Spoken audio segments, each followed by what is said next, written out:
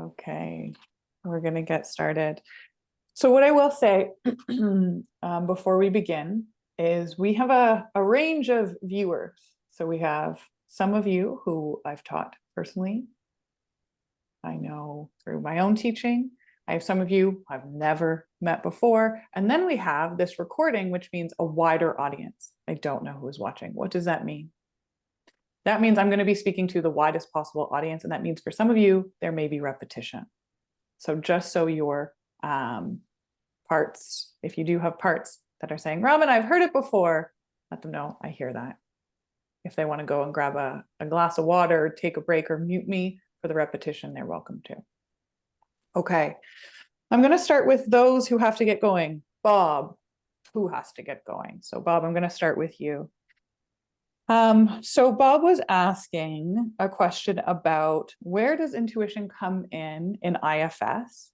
And also Bob holding awareness, he's a part that likes to rush therapy. It says, I know where we're going. I know where we need to get to. And so how do we hold both of those things? Okay. This is how I hold both of those things. In IFS, when you think of intuition, how I like to imagine this is like information coming from the great beyond that is helpful. The only way I can determine whether that's helpful information from the great beyond or one of my parts with an agenda and or rushing is by checking how it lands. I will always do this very tentatively. I will always do this with a question. So Bob, in your example, you reflected to your client when it seemed like maybe one part was answering for another part, and you reflected that as a question. Hey, client, I'm wondering if that new role is really coming from the target part or if that was a suggestion from the other. Mm-hmm. The reason I know, Bob, that was intuition or a helpful download from self-energy was that landed well. What does this mean? Rather than getting a whole bunch of parts up that are going to try to assess, is this intuition or my agenda manager? That will take up a lot of energy in your system. What I'll do instead is I'm just going to land it tentatively with curiosity. And I'm going to say to the client, how does that land? If that was helpful and moves the process forward, if that was well received, I know we're pragmatists. That was intuition. And if not, if the client's like, no, that doesn't make sense to me. No, sometimes just an image. You're like, client, I'm really getting this image. For me, yesterday, it was just this image of a brook. It was like self-energy. I never described it as water down a brook. And parts, anyway, it was just, I never described self-energy like this. And I landed it, and the client said, like, it changed everything for her. If I had landed that and I say, how does that image land for you? And she goes, it doesn't really make sense. The best thing to do here is just let it go. Mm-hmm. So I don't want to get any parts up. I might get really apologetic parts that'll jump in. Oh, I'm so sorry. Like, take up more space. Instead, I'll just say, yeah, let that image float away. Let that suggestion float away. And what's present for you now, client? And just go right back to them. Yeah. Yeah. How does that land for you, Bob? You've patted on the back my, oh, what a good boy am I part. Because honestly, that's what I'm doing. And my line with clients is, I can only guess, you're the only one here who knows. Yeah. So tell me what you know. Beautiful. Yeah. Yeah. So. Yeah, beautiful. Good. Any more needed here, Bob?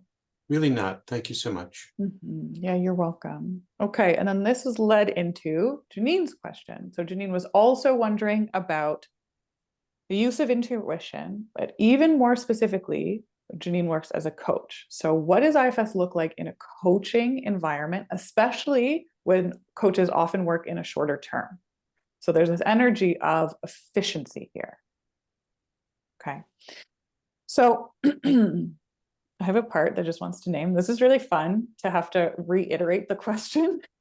My part's like, oh, wow, anyway, it's a new part that has never had to be engaged in this before, because typically we record the whole consult. Anyway, really fun part.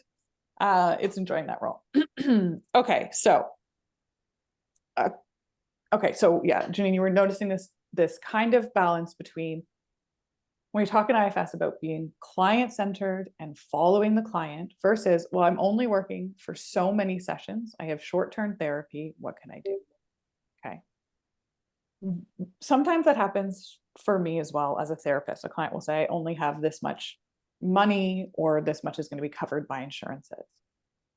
In that case, I take more responsibility of holding what can reasonably done in the given time frame. So in my assessment, as I say, client, what are you coming to for therapy? What are you looking to get out of therapy? I'm tracking all of their parts, but I'm also being aware. I'm assessing how much self-energy they have, how activated their protectors may or may not be. And I'm going to make the assessment of what is reasonable in the 10 sessions that we have. Okay. And then I'm going to let them know that. And I'm going to say, so client, after hearing what you said, given that we have this many number of sessions, this is what I see as possible. This is what I'm going to set as a target goal here. How does that land for you? So I'm going to make that contract. Now, others were asking about, again, continuity in therapy and how we follow the client between sessions. I'm going to do a lot less following and a lot more holding to the target part. So does that make sense? So like if I just long-term, I have a lot of therapists that come in, they're going to come in probably forever, right? They're here to do their ongoing work. So they sit down and say, what's present for you today? What needs some attention today? I'm not going to do that with a client who has short-term. I'm going to say, client, so this is where we left off. We have contracted to help these parts in this very specific cluster, in this very specific dynamic. How are those parts doing? I'm not going to go open-ended. Does that make sense, Janine? How is this landing for you? Yeah, it does make sense. And there was also something maybe that I didn't ask this clearly enough, but there isn't a directiveness. Like when I was happy, I was working with Bob and I had 2 sessions with him. And I also saw demos of Dick. And they are very direct also how they guide. Now, I love that. I really do. There was no relationship building. There was, all that didn't happen. Let me speak to that. Yes. Those are those two C's. But I like that a lot. I wanted Yeah. to say that. Yeah. And Yeah, so just to complete, sorry. And before I had an IFS therapist and I'm on a really short budget because of all the invest I had. So she would just give me, and she meant it well, and she's a beautiful woman. And she gave me 9 hours of feeling compassion for the situation I go through the last years. But after nine hours, I almost said to her, if you have one more session compassion with me, I just kill myself, just jump off I didn't want to feel more compassion. I wanted to have something that was more direct. And when I saw Bob, he didn't want to hear lots. He just went right in. And I was like, I love that. Take a moment to notice that part of you, Janine. Can you really sense that one that really likes directiveness? Yeah. Yeah, good. So with that, there are 2 C's there, courage and confidence. Mm-hmm. The image that Derek gave to me when I asked about this was of, if you imagine a kindergarten classroom, one of the children has been hurt, no teacher is present. The teacher walks into the kindergarten classroom and the children are screaming, miss, oh, so-and-so got hurt. And there's all this activation, all the children. And the teacher says, with great love, everybody be quiet. I need all of you to step back. I have to help this child. There is a directiveness, and it is with great compassion. Mm-hmm. Now, just similar to what Bob was asking, how do I know if that is coming from self-energy or if that's Robyn's directive part that wants to rush through it because she's kind of getting bored of working with this client? How do I know? I just see how it lands. Client, what happens in your system as I do that? Mm-hmm. If it creates more calm, if my stepping in came from self-energy, it would increase self-energy in the client. What would that mean? There would be a softening, there would be a calming, there would be a quieting. That room would go quiet. If not, if that came from Robyn's part, there would be more activation. Okay, parts beget parts, self beget self. Another example of this, my client avoided therapy for a while, finally came back in, said, what's been going on, client? From some of the very deep trauma work we had been doing, he developed a new firefighter who was online shopping him into debt. He was so ashamed and self-shaming about this. He couldn't show up to therapy. So he sits down, he's in debt, all of his cards maxed out. This is like emergency crisis work, okay? So he sits down and every part is activated, just screaming at him, I'm awful, I'm terrible, just on. And I said, okay, what I hear from all of your parts is, I have to figure out what's going on with this online shopping. Is that right? Yes, but no, is that it? Yeah, good. Tell all of your parts, the only way I can do that is for everyone else to step out of the room right now. I said it just like that. I was so shocked at my own fierceness. Everyone out. Everyone out. Okay, client, are you sensing the online shopping part now? Silence. Yes, good. You okay to be with it? Okay. So this is a long-term client, but that was crisis. And I showed up with that. That's the confidence and the courage of self-energy. But it was in great love. And we figured it out.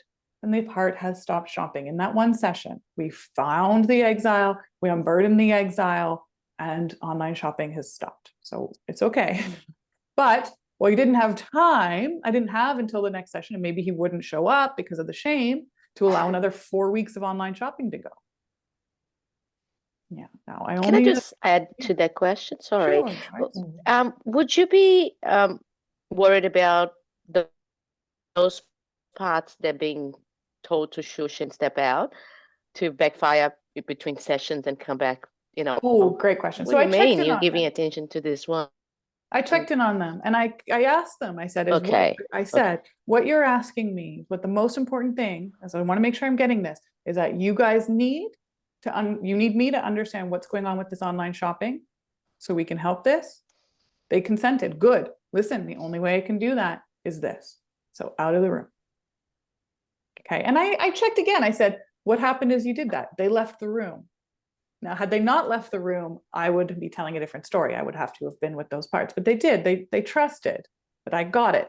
I hear you guys, but I can't waste another 10 minutes hearing how bad this is if what you really want me to do is to help. Yeah. Now, you guys know, well, some of you know me, it's not my typical style. Not my typical style, but when necessary, that courage is there. Good. How is that landing for you, Janine? Yeah, I definitely have a personality that goes that way. And I love it also when I heard you, I feel like, yes, this is exactly what I like.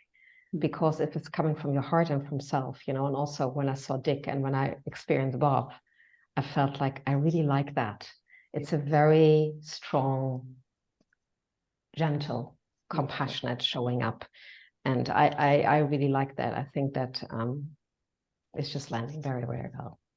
Makes and you a lot know, of sense. yeah, and I want to add to that, when we all embody our own unique signatures of self-energy, the right people find us.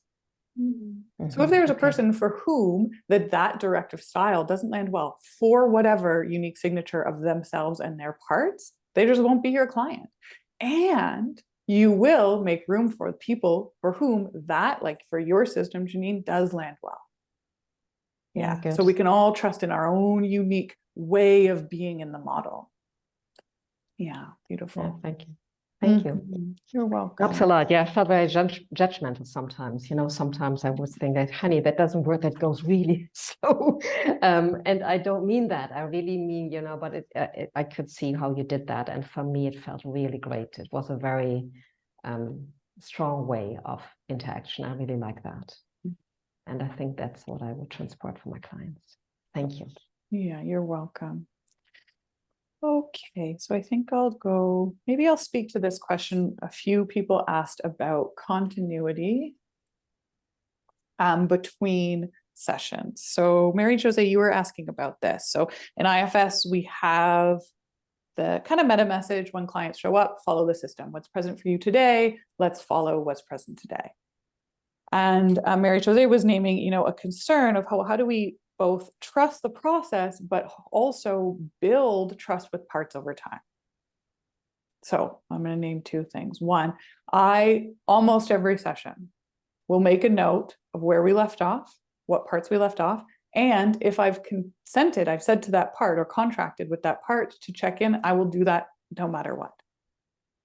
Okay, no matter what. So even it was a session early this morning, and I said, ended here, angry part, young teenager, voice of dad, come back here. That means I've made that contract. So I sat down, client couldn't even remember this part. Couldn't even remember this part. Had a whole other thing. And I said, I hear you, and I have to come back. So I just did. We checked in on that part, and then we followed the session. Okay. The other thing I will name. Oh, some of you have heard this one. My metaphor of playing whack-a-mole. When we start IFS therapy, the way I visualize this is our parts, many parts will show up with a distress level of like 9 on 10. And when I say what needs attention first, session number 1 in the system is all of the parts, and everyone screams. Everything is wrong. And that's what an intake looks like. This needs attention. Okay, got you. Next session, what needs some attention? The part that's going to answer that is going to be the one that's highest, 9 or 10 on 10. And you'll spend some time over there, and you'll send some self-energy, and you'll get some protectors to soften back, and you'll bring some insight, some understanding. By the end of that session, probably not an unburdening, but maybe just by being in relationship self, the distress has lessened to like a 7 on 10. That means next week, when you ask who needs most attention, oh, now it's over here. This is 10 on 10. And a little bit of attention, a little bit of self-energy, it's a 9. It's an 8. It's going to look like this for a while until everyone gets to a 7 or a 6. Does that make sense? It looks like whack-a-mole because you're asking who's the most distressed. And when you send a little love, it diminishes, but it's not fully healed. That's normal and good. Once the distress across the board has been softened, so we're all around a 7 and a 6. How long does that take? Who knows? How many parts? Who knows? They're all unique clients. But once that's softened a little bit, you ask again, who needs some attention? We're right back to where we started. And now there might be enough space, self-energy, compassion for full unburdening. The part unburdens, and now you ask, and it proceeds. Now, I will also say this is the most beautiful example of trusting the process. So with a client, we retrieved a part, and it was trauma at school. Part was in the nurse's room, like waiting room. I am not kidding you. 6 sessions. We unburdened another part who had the core belief, I am bad. And as soon as we were done, the client said, is there a part at school in the nurse's room? I'm flipping through my notes. I'm like, oh my God, like that's so long ago. And I said, well, let's just go there. We couldn't fully unburden the part in the nurse's room until the client had unburdened the part that had the core belief, I am bad. The process, just trust that. So we went back to the nurse's room. The part was sitting there waiting safely in the nurse's room, just waiting for us. And we unburdened that part. I could never have tracked that. I won't put that on me. I can't track that. But the client system does. Just like that, she's deep in self-energy. And what's happening now? A part in a nurse's room? Yeah. Robyn, can I say something? Something I learned at one point. Yeah. That sometimes when you have like you're supposed to check in, but this person's like really set on parts, really set on, no, I need to do this, I need to do this. And like holding that ground and like trying repeatedly to go back and find that part and soften the protectors back. That I heard, I don't know if it was Frank or somebody else, but like eventually like that part will know that you've tried. And if there's a lot of protectors that won't let you ultimately get to that part will know like you have tried, because there's a protector that's really like saying no. Yeah, that's beautiful. What a beautiful image. Of course it would be aware of that. Thank you, Taylor. Yeah, it's beautiful. How is that landing for you, Mary Jose? Awesome. I really needed to hear that because that is exactly how it's feeling. And that's one thing I love about IFS, and this is one of the main reasons why I love doing IFS, is that I cannot know. I can't know where it is safe to go. And like Christopher said when he first arrived, that he does not want to intrude, and that's how I am. That's my biggest fear with the clients. I don't want to go where it might be too much, to where the client's not ready to go. So I just love that we need to follow the client. And thank you for that whack-a-mole, because it's so what I'm feeling with most of my clients, because most of them are still there. And I love that. Yeah, that's exactly. And the idea that we are, and I noticed that we come back to, Right. there are some parts that always come back, and there's one of my clients that we're there, we're getting there. There's one part that's always come back to this one, and I feel that soon we're going to be able to hone in on it. Yeah. Beautiful. Beautiful. Okay, good. So I will go, I'm going to come to your other question after Mary Jose. So I'll go back to Chris because you cited him. So that feels like a natural transition. So Chris was naming just how do we start the work with our clients? And also, Chris, you're naming a part you're aware of that has some activation around crossing that threshold into IFS. So for those of you who know me, I do use the metaphor of a guided meditation. I'll speak to that, which is I delineate, there's a very clear line between talking about IFS, learning about IFS, and doing IFS. And I let my clients know that. Okay. And then my favorite question to jump in. So when my client is just in their parts and they're just like, and this is going on, and this is going on, and this is going on, is to say, yeah, client, would it be helpful to spend some time getting to know that part? Whatever it is, it's a blind shot. It's like wherever, it's like so funny to admit this on a recording. It's wherever there's like colloquially in the pace of conversation, a space to jump in. Yeah, so I'm wondering, would it be helpful to spend some time there? Okay, that's how I get the first contract. When they say, yeah, I guess so. That's how they'll answer. I mean, yeah, I guess so. Good. Good. So client, let's do that now. Now, these are very specific phrases that I use again and again. And it's like, they're like transition phrases. You know, a lot, Kelly talks about transition parts that bring us into self-energy. I have transition phrases that bring my clients from the talking about to being in. Okay, good. So client, let's do that now. Let's do that now. Can you let all your parts know that we are setting the intention right now to spend some time getting to know this angry one, visiting with this angry one, listening to this angry one. And as you do that, client, just notice if there are any hesitations or concerns about going there, or if there are any pulls in another direction. I've had to add that pull in another direction because I chose the target part, right? I chose the target part. So I add that. If that's not where the system needed to go, it will always tell me in that moment. It always does. Well, yeah, parts are saying, actually, it would be more helpful over here. Great, let's do that. Let them know. Let them know that's our intention, to go over here instead, to be with the one that's showing up as anxiety. And see, any hesitations or concerns. Okay. These very specific phrases. So would it be helpful to spend some time there, get to know that, etc.? That's my first one that cuts in, that really cuts in. And then there's a, let's do that now. There's this announcement that we're going to do the thing. Good. So client, let's do that now. Let's do that now. I model it. I go, I settle in. I shift my body. I go like this. Okay, let's do that. Oh, let's do that now. Okay. So let all your parts know that's our intention. I'm starting it. That's our intention. These phrases not only help my client to transition, they help me. Yeah. How is this landing for you, Christopher? So I sold cars for 5 years, and I'm used to working with word tracks a lot of times to overcome objections. That lands perfectly, right?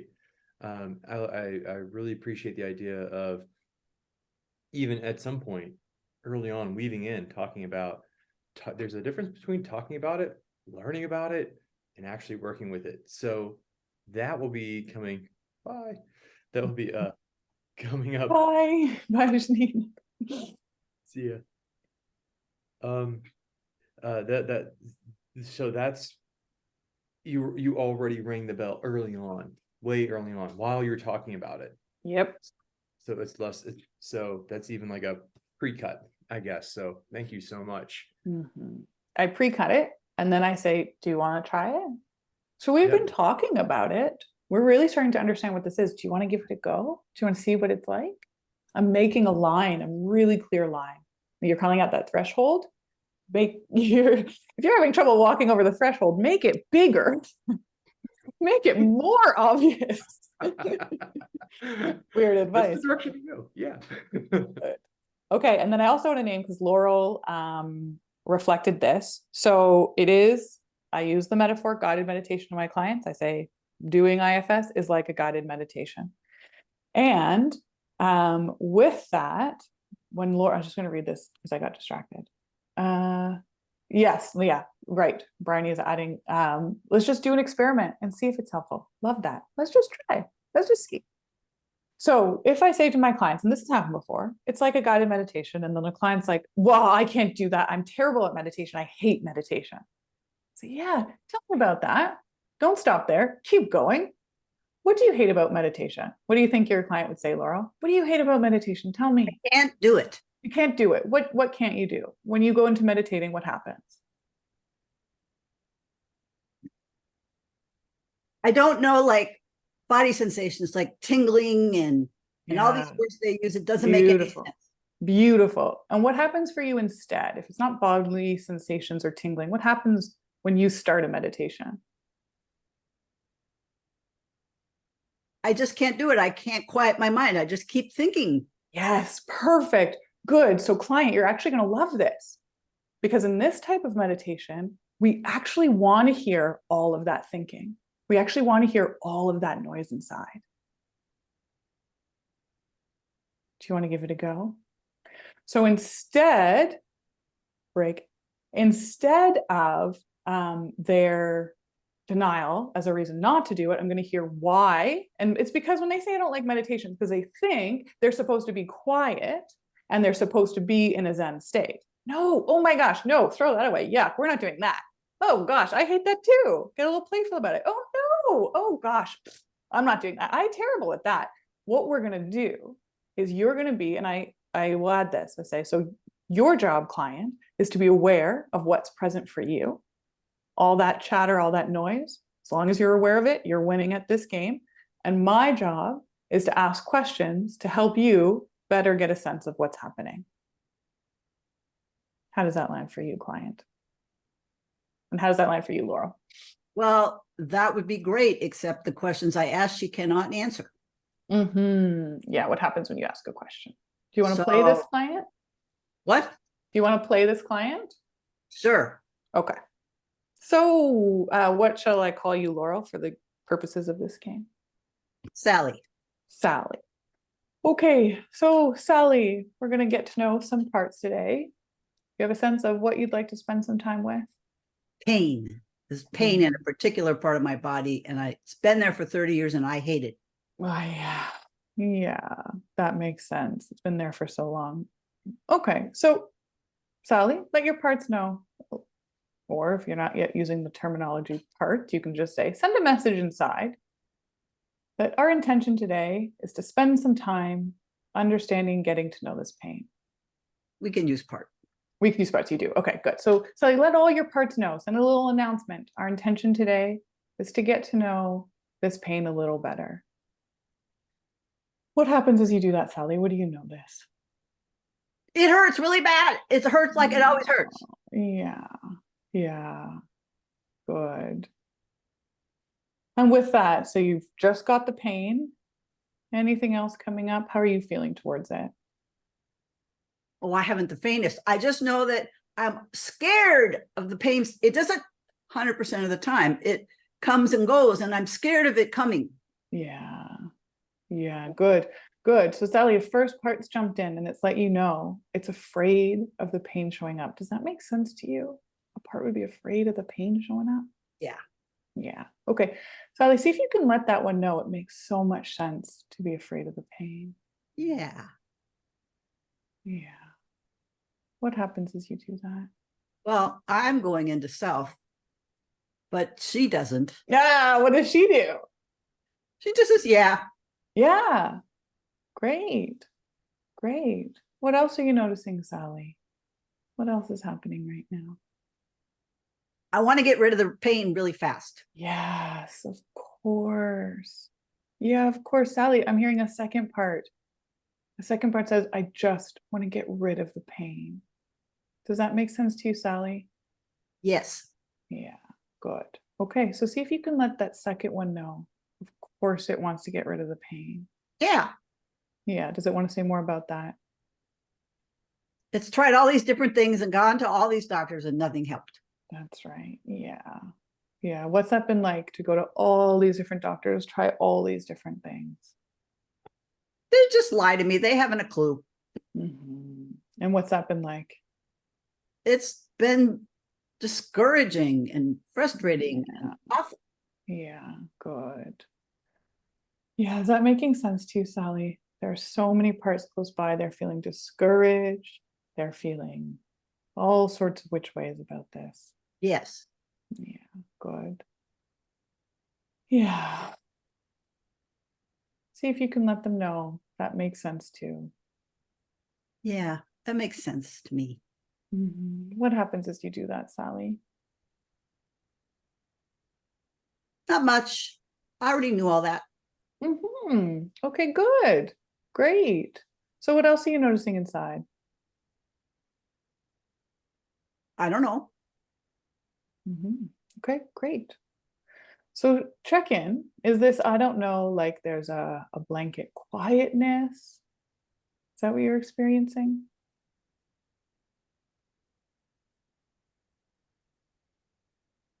It's just my inside doesn't talk to me. Oh, okay. Yeah. What are you experiencing instead? Just jabber, jabber, jabber. Okay. Sounds like they are talking to you. Jabber, jabber, jabber, jabber. Yeah, I suppose. Good. Good. You open to listening into that? Jabber, jabber, jabber, jabber. The monkey mind. Yeah, the monkey mind. You open to that? Okay. Good. So I'm going to time out because I would go all day with Sally. Love Sally. How's that landing for you, Laurel? Well, it's different than what I've been trying to do. I've been trying to do the 6 Fs, and it's just not working. No. This client. And so that is definitely worth a try. And I can see that I can just drop my agenda parts about I'm a good practitioner if I do the 6 Fs. Oh, yeah. Who has that? Let's subgroup on that. Who believes they're only good at IFS if they're doing the 6 Fs and it looks like a demo? Yeah. Yeah. Yeah. Yeah. So instead, when I start with a new client, I have one intention, and it is one moment of softening. Okay, one moment in which the client turns self-energy towards a part and says, oh my gosh, that does make sense. That's it. Okay. When clients start in IFS, as any of us starting something new, all sorts of parts up about doing it wrong. You notice my style is I say yes to everything the client says. Yeah, good. Yeah, of course, great. Yes. Why am I doing that? It was a student who pointed out I hadn't realized it. I am speaking to the whole system that everything that is happening at every moment is good and on the path to healing. Nothing is off the path. Nothing is a sidestep. Nothing is wrong. Nothing is bad. Every single thing my client says to me is towards their healing. I may not understand how yet, but that'll become clear again and again. Yeah, of course, client. Yeah, good. Great. Yes. Jabber, jabber. That's what I'm talking about. Everything the client says, I'm letting them know you're doing IFS. Yeah. Good. Okay, I'm going to fly through because I have a part checking time. We're lightning round here. Okay. Oh, Chris. Yeah, we got yours. Great. Okay. So Joyce was asking about clients who have parts that are resistant to going in or being in self-energy. Where are you, Joyce? There you are. Yeah. So especially at the beginning, just like with Sally, our lovely Sally here, I'm not going to hold an agenda of how long I expect my client to stay in self-energy or how much self-energy. It's very, very little. It's like this is sliver tiny amount. One of my students lovingly called this the saffron amount of self-energy. It takes the smallest amount to get this going. So if I'm noticing that a client, so like the word you used was resistant to self-energy, what that means is there is a part that has a concern about going in. So that's the simple question I will ask. So client, can you ask any parts have a concern about what we're doing, where we're going? For those who haven't worked with me, I also do not use the word self-energy. Never use the word self-energy with my clients. They don't even know it exists. Because if you talk about self-energy, the first thing comes up is all of the parts that say what's wrong with me that I don't have more self-energy and what do I have to do to get it? So as soon as we speak about the thing, we've only increased in parts. So if my intention is to increase in self-energy, I don't say it. What do I do instead is in I those have a moments. big poster in my I have a big poster with all the C's and the P's of self-energy in my room. So they actually looking at it. I might rip it remove out. that. That's actually a great point. I would rip it out. Okay. What I would do instead is when Sally was in that, I would deepen it. So when Sally says, you know, the moment it was just subtle, and Sally was like, yeah, that makes sense. And you saw Sally's body relaxing, I would say, good, Sally, stay there. Yeah, it makes sense. Okay. When the client is in self-energy. And how? Go ahead. Go on. Sorry. Oh, go ahead. I was just going to ask. It's more. It's not the resistance to it or to be open, but it's really the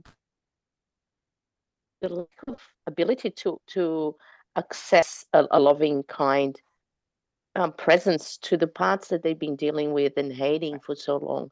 That's And right. it's almost like, how can I accept? I can with you in the room because you're guiding and helping, but as soon as they're out the door, Yeah. it feels that there's that agenda of getting rid of that part and removing out of their lives. And I find that is sort of they take a step backwards Yeah. in the next, and we have to sort of go back to that, finding So that again, space. I would focus on a saffron amount of self-energy. Loving a part, that's a huge amount of self-energy. Being okay with the part being there, that's a saffron amount. That's all we need. Okay. So this like totally loving, accepting, appreciating, weeping in gratitude for the part, self-energy, a lot more than I often have capacity for. Instead, what I like to ask, this is Robyn's personal practice, and I bring my clients into it as well, is I will just ask, client, is it okay for this one to be present? That's the smallest amount of self-energy we need. Again, I won't say the word self-energy, but I'll say, is it okay? Is it okay for this one to be here? Yes is self-energy, no is a part with a concern. So either you're in self-energy, stay there, and if not, get to know all of the ones that are trying to get rid of it. Is it okay for them to be here? Does it make sense that they would be here? The smallest amount. Okay, it's okay. Yeah, good. Let them know it's okay to be here. Yeah. How does that land, Joyce? And then I'll come to Rachel. Wonderfully, it sounds flawless and you inspirational. Thank you. I'll take a little bit. All my note-taking, mental note-taking parts are just taking in Yeah, sounds amazing. Thank you. Rachel. So I might have chatted about that one during our stepping stones, but when you mentioned that saffron amount of energy where someone was there like, okay, yes, it's fine for this part to be here with me. And later you found out that it's a self-like manager, like a people pleasing, like that's telling the client to be like, say yes. Totally. What I do if I have any sense of that, so even it's fine is not okay. That's a different energy. Tolerable, I'm not talking, that's a part tolerating it. That's not self energy. So it's fine. I'm on that. That's not self. And it's tolerable, or I'm used to it, or it's always here anyway. No, those are sure. I'm going to check on sure. There's energies of sure. Yeah. So I'm going to check that. So if I have a sense that there may be a people pleasing part, what I mean by that is parts that say yes in therapy because they believe they have to move the process forward. Okay. If I get a sense that one is present, what I will do is I will say, so client, see if it's okay for this anger to be here. And no is a valid and helpful answer. What have I done here? I have just given two equal paths. I have not told the client which path is going to bring therapy forward. They are both going to bring, so when I sense that kind of energy in my client, so I'll say, or another one, ask if any parts have a concern about going here. And yes is valid and helpful. Okay. So I'm going to take away the ability to just consent for the sake of consenting. Yeah, so that's what I'll do. And I'm going to watch for that energy. The final thing I'll do is check self-energy. So client, can you let this part know it's okay for it to be here? How does the part respond? Or what happens as you do that? We know self-energy is present when the effect is a softening. So I will always check that. So client, what happens as you do that? Okay, so it happened today. I was with a client, let it know it's okay for this part to be here. What happens is you do that, it gets angry at me. What does that tell me? That wasn't self-energy. Okay, can it say more why it's angry? You're always trying to get rid of me. That's a self-like part who is showing up to say it's okay to be here because it's learned in therapy that if I say it's okay to be here, you'll go away. Good. So client, can you take a moment and just notice, are there any parts close by that do want to get rid of this one? Yeah, that one over there. Good. Yeah. Take a moment to acknowledge it. Let it know it makes so much sense it wants to get rid of that one, and see if it can trust you to visit with the target part. I never speak this quickly in session, but I am time tracking. I'm going to take the recording and I'm going to slow it 0.75. It'll be a normal rate of speech. Okay. Yes. So yeah, Julie naming, working with new clients and also having a little bit of hesitancy in doing IFS. So Julie, you named your own parts that may have concerns about like you and your IFS practice. One, you can get to know those ones. Yeah, so that's always helpful to get to know your own parts that show up in therapy. So one say, oh, I don't know if I know the model well enough to do it. The other thing, oh yeah, there's two things I want to name. So I found it hardest to transition old clients into IFS because I had consented either implicitly or explicitly a way to work. Okay, very, very hard. I still have one that hangs on and we're just doing very Rogerian client-centered. That's what we consented to. It is what it is. Didn't make the transition. That's fine. And parts are reacting to that, and that's fine. Okay, that is much harder than starting a new client. And even in both cases, but especially, actually equally in both cases, I will say explicitly, the type of therapy I do may not be what you're expecting. Okay? It's not a lot of talk. It's not like talk therapy where we go back and forth. So just see how that lands. The parts maybe have an expectation or an idea of what this would look like. I'm just going to get ahead of it. Okay, I'm going to get ahead of it because I know, and that's where I'll use the guided meditation metaphor instead. So I want to prime all of their parts, also because if they're coming in and the zeitgeist of therapy right now is the client talks and the therapist goes, yeah, and how does that make you feel? Okay, if that's just how it's been communicated in our culture right now, if that's the expectation of what therapy looks like, and or they actually have a personal experience of that looking like therapy, their let's do a good job at therapy parts are going to be pushing in a totally different direction. So I'll have to explicitly break that by naming it, or they'll have no idea that we're doing something different. There's no way that they have this image that Robyn knows what IFS looks like and they don't. And I'm going, oh, you're not getting it. And they're like, well, I'm getting the thing I did before, and the thing I've seen on TV, and the thing my friend says she's doing in therapy. I don't stand a chance. There's no way around it except for to name it explicitly. This may not be what you're expecting. Okay, this does not look like general talk therapy. If they've had experience in the past, I ask them about that. What did that look like? Yeah, no, we're not doing that. I'll say really clearly. Yeah, so I don't do that. Okay. And this is all done for me in an intake call. Why? Because I want them to consent by the time they get into my chair what they're getting. Okay. So it takes explicit naming. Final thing that I'm going to say about this, because I was reflecting on that one lingering client that's hanging on. Oh, dear client showed up. He was in my profession. He was my 9th client in private practice. How do I know this? Because of his file number. It's file number 9. It wasn't so obvious with the file numbering, that like 1, 2, but it is. If you count Robyn's system, he's the 9th client I've ever had. He showed up, burnout from work, almost a hospitalization case, really, really severe. And I was a brand new therapist. I just did basic Rajiran. I had 3 skills. I had open-ended questions. I had reflections. I had that's it. That's all I did. And this client came every week for about a year, every other week, ever since. And I cannot tell you, it is incredible how he is transformed. It is absolutely incredible. I had him yesterday. I hadn't seen him in 3 weeks. And I could have wept at this man's transformation, who he is personally, who he is professionally, and I did nothing.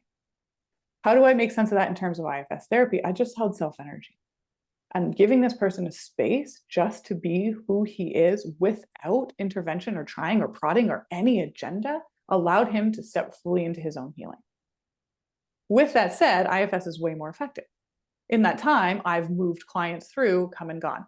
So why am I naming this? If you have a client that is just coming in that way, I can't believe I'm saying this in a recording. Maybe that's the healing that they need. I'm just going to put that as a question. Maybe, and this client has the benefits to support it.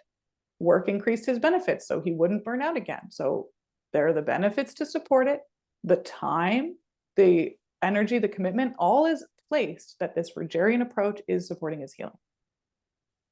Not true for most every other client. So I'm just going to put that out there as my reflection of yesterday after I saw him. Oh my gosh, I'm not going to get through all the questions. It's never happened before. Okay, who needs to go right at the hour? If everyone, that's fine too. At least Julie, I got your question. And Glenn. Glenn, I didn't even get your question. Welcome back, Glenn. How was your trip? We missed you. All right. Yeah, I had a wonderful session with the client, so that was amazing. Some transformation, so I'm really in a good space. Good. We're holding that for you. Yeah. Okay. Okay, I'm gonna see if I can move through some quick ones. Yes, okay. So Bryony, you were talking about a client when you go towards being with a part. So it was an image of an infant part. The client felt like this is kind of confusing, and you described it as like, you described it anyways, as like a psychedelic kind of experience. Yeah, it's a young, not an infant, but a young part. It's really about any parts. It's speaking for the part. What does that part want you to know? anything. She'll say, I don't know, I can't be myself and be the part. She's Mhm. like, I don't know how to do it. Yeah. So I would double check any parts have a concern about you listening to this one, getting to know this part, hearing this part. The other thing I will say, and someone else, this came up somewhere else. All of our clients experience their parts differently. So the best phrase that came from Kay Gardner, instead of asking like, what does this part want you to know? Instead, I have now been saying, is there anything this part wants to show you or tell you? And the show and tell has been a really helpful phrase because it's been opening up all of the different ways of communicating. This part may be communicating through the body. So when you say, can that part tell you? Or whatever, you're asking the part to separate, and it might not want to do that. It might be communicating through the body.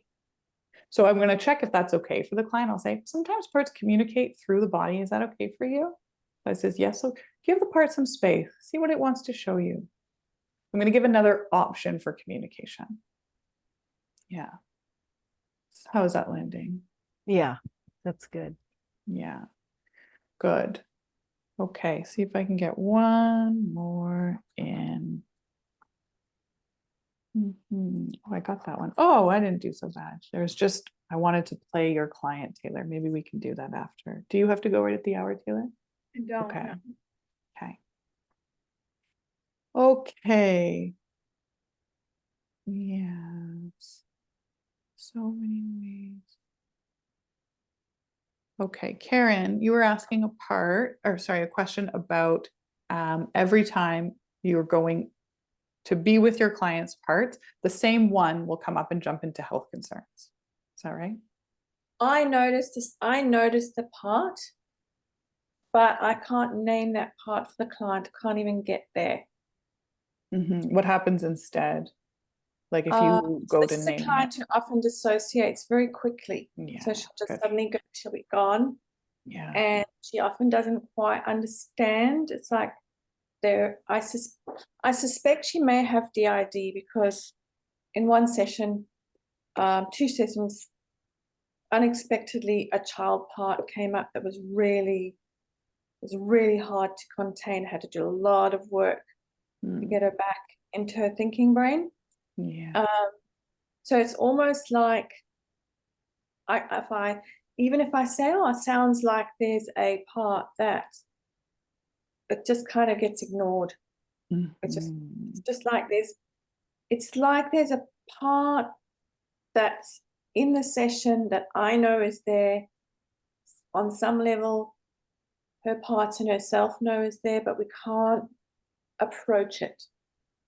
And because as you do, that's where the client dissociates. Client will either dissociate or change topic. And if I had to say, oh, I just noticed there's another part that wants to talk about this, that would just go way over. Yeah. Okay. Yeah. So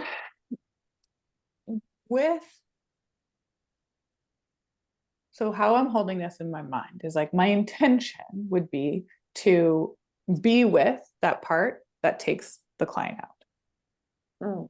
So rather than saying, I notice a part doesn't want to go there, I'm going to say, hey, client, did you notice a part jump over here? Why? Because over here is safe.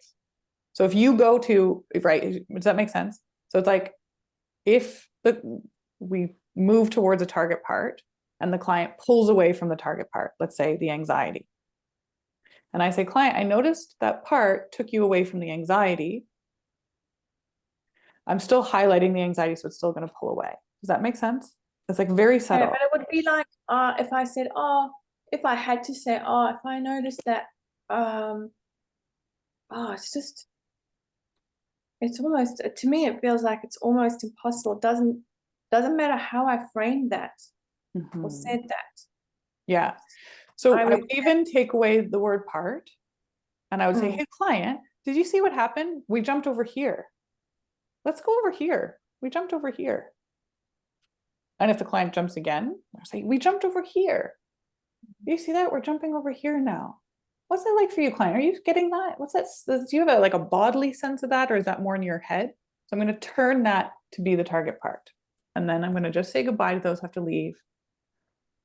I'm sorry, it was such good questions. They filled so much time today. If you do have to leave, please do. And I'm going to fill in the recording with the others, so you'll be able to get that. Okay. So that's what I'm going to do, Karen, is I want the client to get even the subtlest sense of what that's like. Client, did you feel that jump over here, or that pull? Did you feel that? Can you get a sense of what's that like? Do you feel that in your body? Is that more in your head? Okay. And then I'm going to say, is that okay, client? Just ask, is it okay to stay with that kind of jumping? Okay. Whatever, however that presents. The client says yes. Say, good, good. So send that message. That's okay. It's okay to jump. So I'm going to check my system. Any parts that are trying to stop the jumping are only going to be met with more jumping. Don't stop the jumping, jump. Whatever, pull away, distract. So good, do that. That's okay. Let's send that message. It's okay to go here and then here. I'm going to check in. What's that like, client? What do you notice as you send that message? It's okay to go left and right, or it's okay to go up or out. Okay. And that's going to become my new target part. And actually, it already is, even though I haven't said the word part. The jumping part? Yeah. Yeah. Over here. Over here. Good. Let's go over here. Go over here. That sounds great. Let's go. Okay. And once the client has come into relationship with this part, which can take a little bit of time, but that means being aware of how it's presenting in the body, around the body, including in the head. Also, being okay, letting it know it's okay. When we've got that kind of back and forth, then I'm going to ask, can you ask this part, what's its concern? What does it think would happen if it doesn't go left and right? Or whatever it's doing. I'm just using that as the example. Okay. How is this landing for you, Karen? Yeah, so it's sort of landing, but it's also making me remember to just kind of,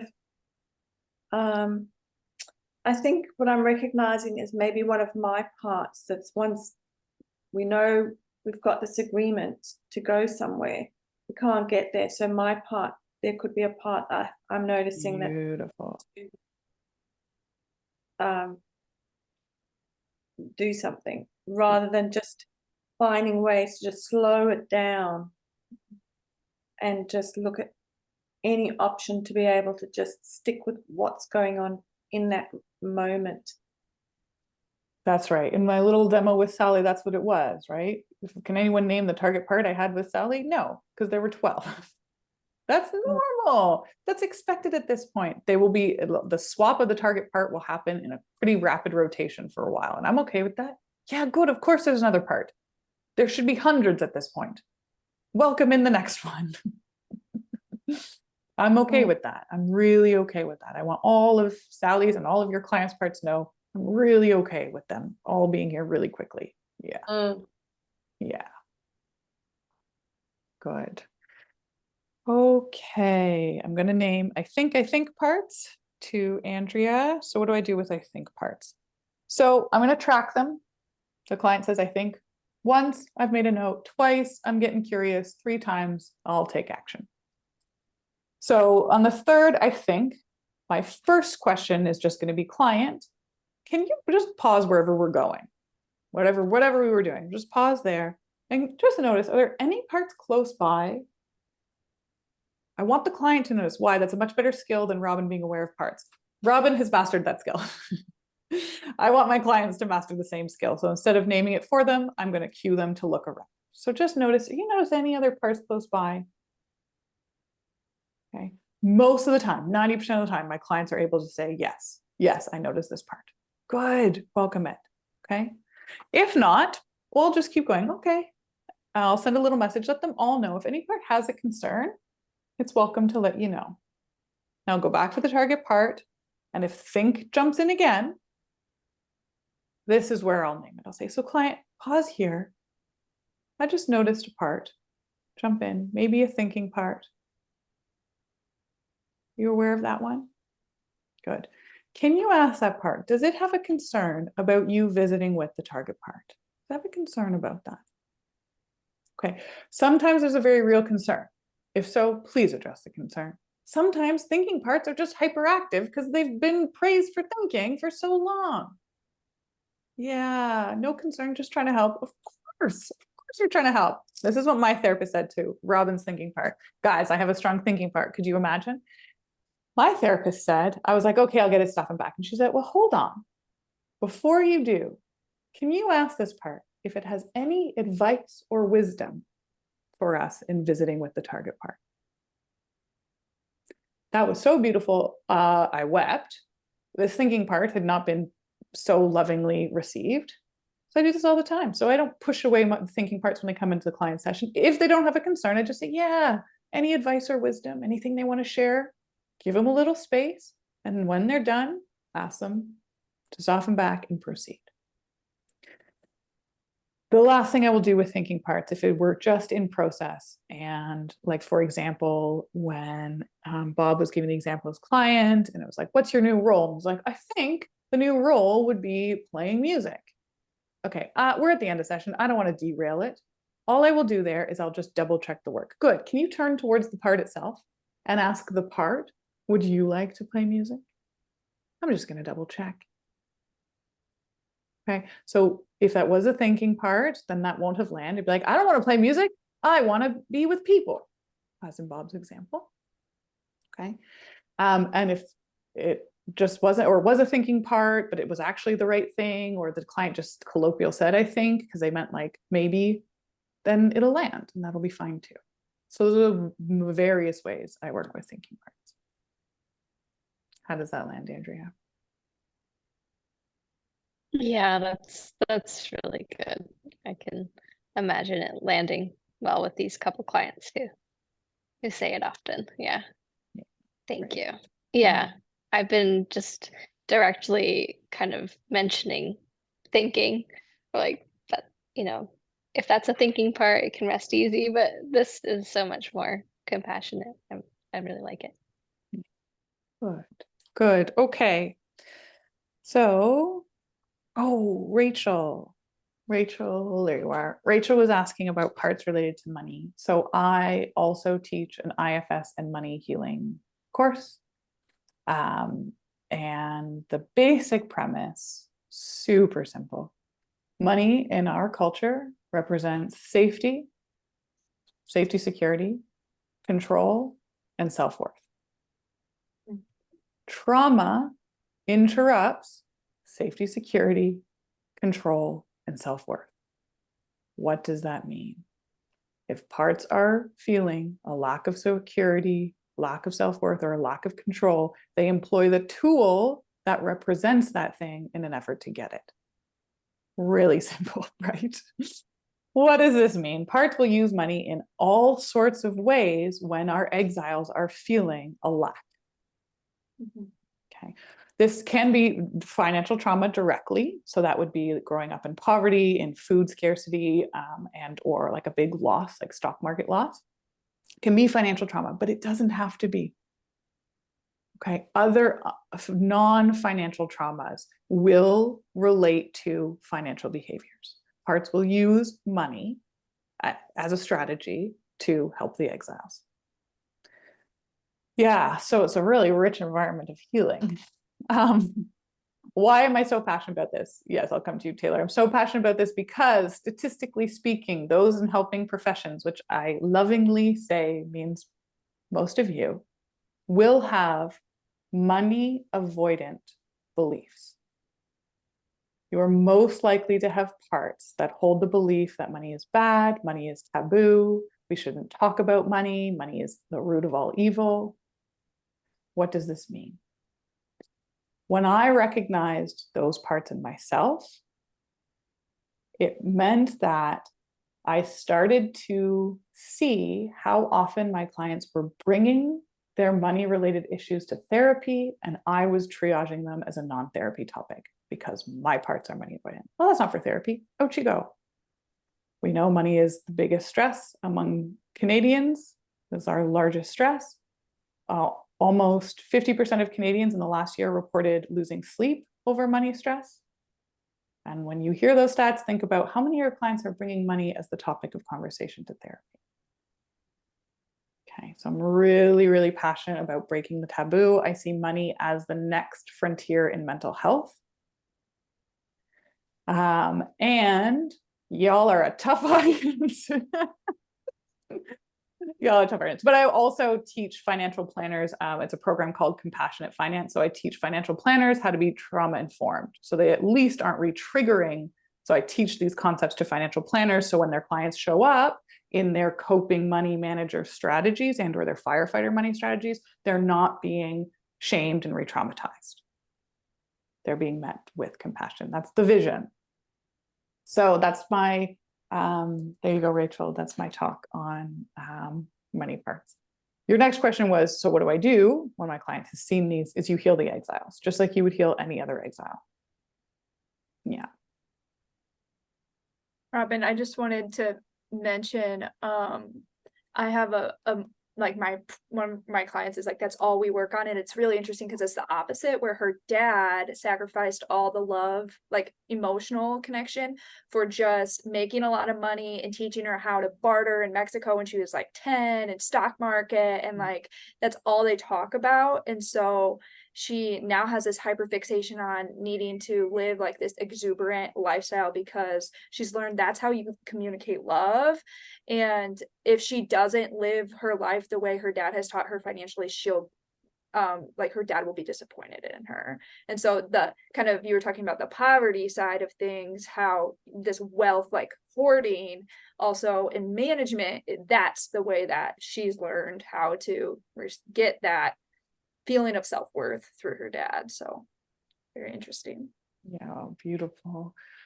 We say there are 4 main money scripts. This is not from IFS. So like, anyway, financial psychologists kind of delineated their 4 main categories of money scripts, money beliefs. What we know from IFS is that our parts will hold hundreds of different beliefs around money. So yeah. Okay. Anything else? Oh, sorry. I can't hear you, Joyce, but I see you talking. Sorry, I forgot my microphone. Can you share the link for your courses, or where we find your courses in the comments or somewhere? Yeah, so the next cohort starts September 22nd, so pretty soon, but you can find all of that right here. Okay. Thank you. Taylor, are you interested in playing your client for a minute? Yeah, that'd be great. Okay. Okay. Oh, yeah. Remind me, so your client, treatment resistant anxiety. Oh, and has a part that says I'm doing parts work wrong. Yeah, got it. Okay. I'll call you Sally too. Everyone's Sally today. Okay, welcome, Sally. Where would you like to start today?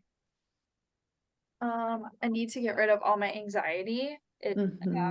I just constantly feel like everybody hates me, and that my boyfriend, all the time I'm telling myself stories that he's not gonna, like, he's gonna leave me, he's gonna break up with me at any moment. And I also feel just constantly like I believe totally that I'm just absolutely ugly.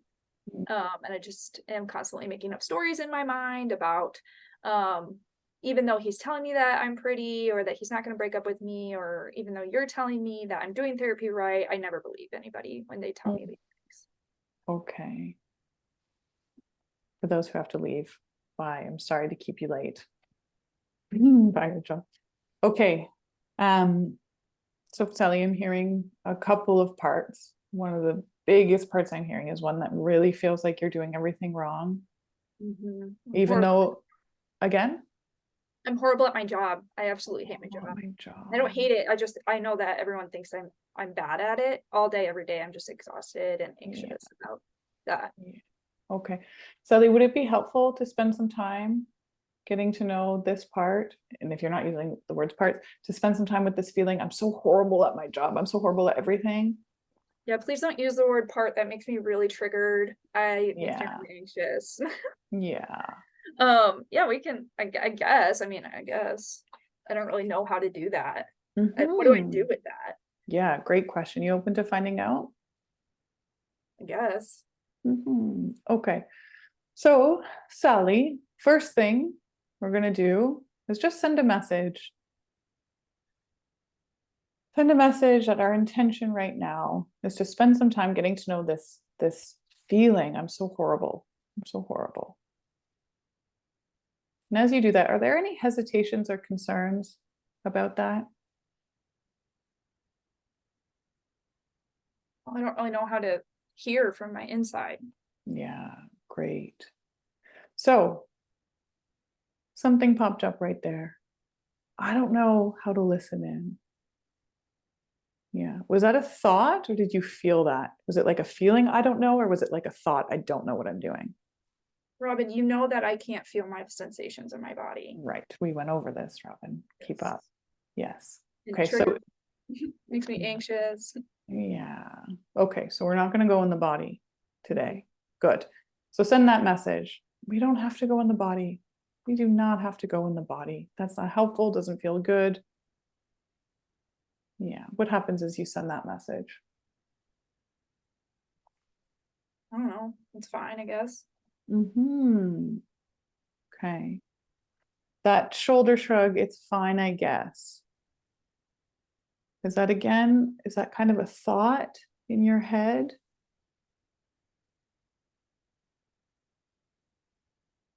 Yeah. Yeah. Yeah. Is it okay to stay there with this? Well, I guess it's fine. I guess. I guess. Good.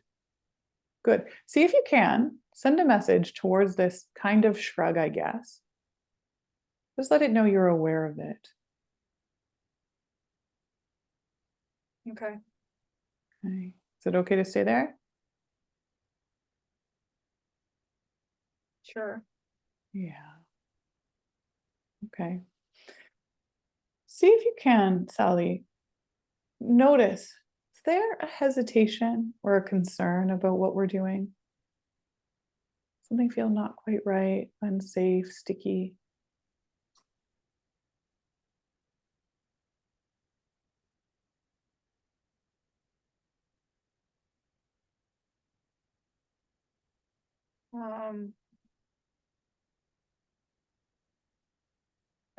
I just don't feel like I can do this. Like Yeah. I don't feel like I'm able to interact with like that within myself. Yeah. What's that like, Sally, to not feel like you can do this? Hopeless. Oof. Yeah. Yeah. Does that make sense to you, Sally, to feel hopeless? Like, I just can't do it. Yeah. Yeah. See if you can send out that message. It makes sense to feel hopeless in the face of, I can't do it. Okay. What happens as you do that? I just feel more hopeless. Yeah. Is that an okay amount to be feeling or too much?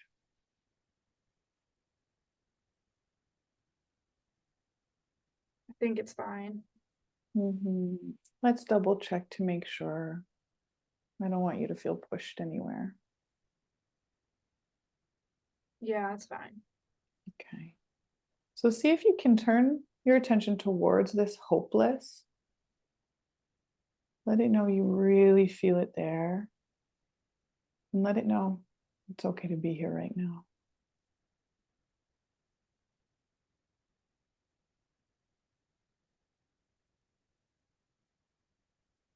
It really doesn't feel like it's okay to be there with it. No. Yeah. Can you tell me what's not okay about being here with the hopeless? I'm never gonna get better. I'm always gonna feel this way. I'm always gonna feel anxiety.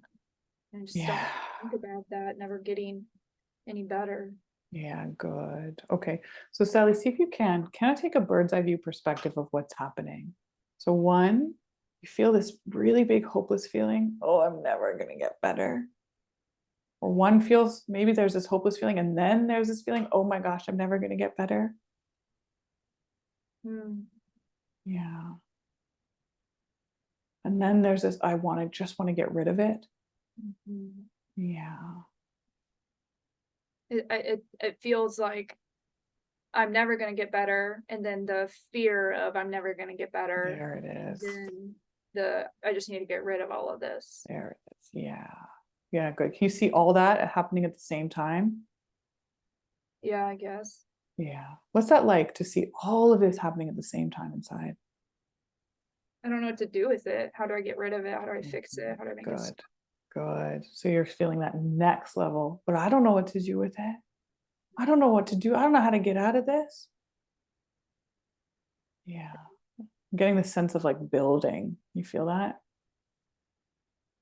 Yeah. Yeah. Like cycling, Yeah. just going around and around. Yeah. We talked about this. This is the spiral. Exactly. Just keep getting stuck in this, Yeah. knowing what's going on, but can never do anything about it. Yeah, good. So see if it's okay. Just ask inside, is it okay, instead of doing something about it, for us just to stay here a moment? What was that question again? If it's okay to what? Yeah, instead of doing something about it, is it okay just to stay with it a moment? No, we need to do something about it. Like that's wasting time. My insurance is up at the end of the year. Like I have to get this fixed. And if we don't get it fixed, then what? Then I'm stuck this way the rest of my life. Yeah. Okay. So the best way I know how to make a change here is staying with it. See how it builds I'm going to try, and then I'm going to do the next, and I got to try, and I got to get out. That's the spiral. Undoing the spiral is it okay to stay just a moment here and how heavy this is?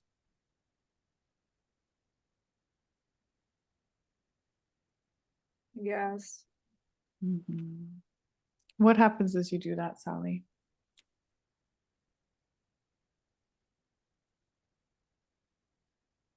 I guess I get kind of scared about feeling the heaviness. I don't know how to feel my emotions that intensely. Yeah, beautiful. Good. See if you can welcome that in. Well, I'm scared. I'm scared of feeling that. Okay, I'm going to time out here, Sally. Whoa, take a moment to shake off Sally's parts, Taylor. Yeah, Thank what you was for that doing like for that. you? Like I appreciated that, like you didn't have just like a quick fix for that.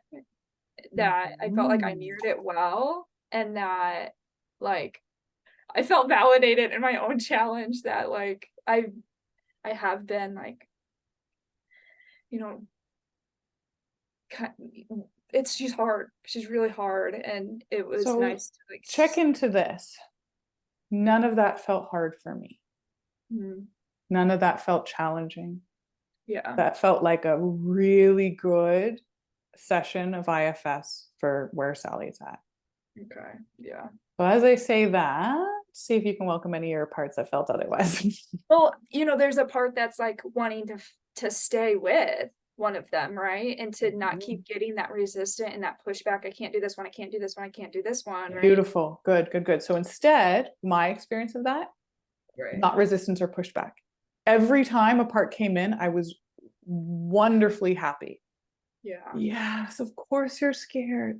Oh my God, of course you're feeling hopeless. Oh my God. Like I was just pulling them in.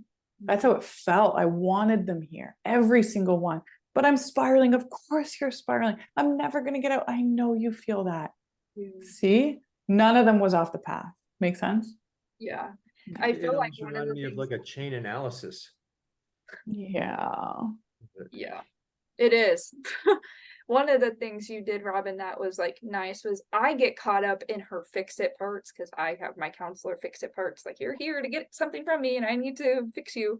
So I get caught up in that. And then for you to just that, like you were talking about earlier, that courage and that confidence to be like, I know this in my professional experience, not that you said it like that, but like this is what I know. Like kind of putting that boundary a little bit and creating that structure of, it's not helpful for her to just keep going all over. And to some extent, right, you were like welcoming that, but then there were a certain point you Or Yeah. like, this is where. What I wanted, like if I could communicate what I wanted Sally to experience, was that as the parts came, that would make her experience more distressing. And as she stayed, she got quieter. Yeah. So I wanted her to have that experience, to show her experientially what I mean. Yeah. So I want both. So as they come in, what's that like for you, Sally, to have them all come in? Well, it's getting worse. It's getting worse. Yeah. What happens if you do the opposite?